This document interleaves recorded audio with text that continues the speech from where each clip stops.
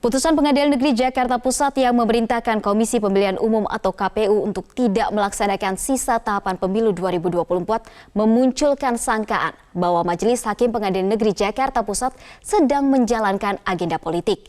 Apalagi isu penundaan pemilu sebelumnya sempat menggelinding dari orang-orang di lingkaran Presiden Joko Widodo.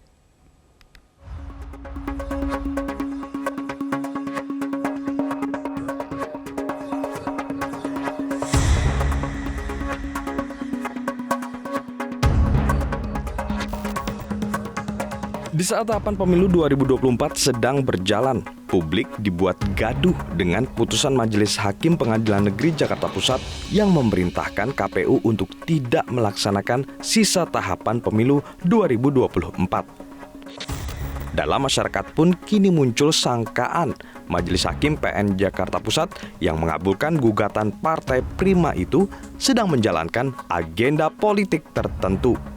Sebab sebelum ada putusan dari PN Jakarta Pusat, beredar kabar pemerintah ingin menunda pemilu.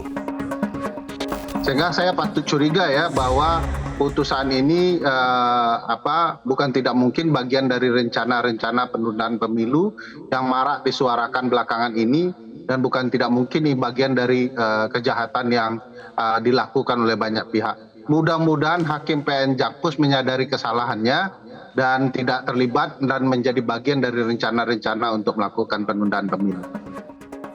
Putusan Pengadilan Negeri Jakarta Pusat itu tentu tidak dapat dipisahkan dengan berbagai manuver penundaan pemilu ataupun perpanjangan masa jabatan presiden selama ini.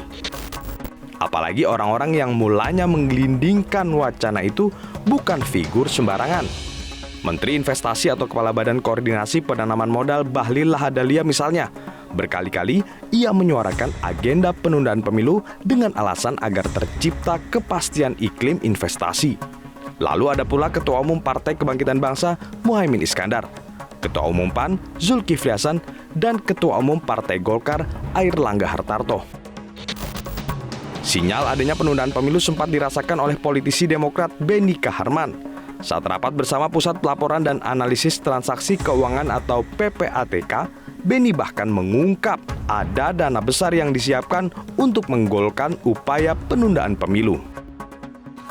Nggak tahu lagi, apalagi menjelang politik Pak Arsul, dana-dana ini, apalagi maukah saya dengar katanya dananya banyak sekali untuk penundaan pemilu ini.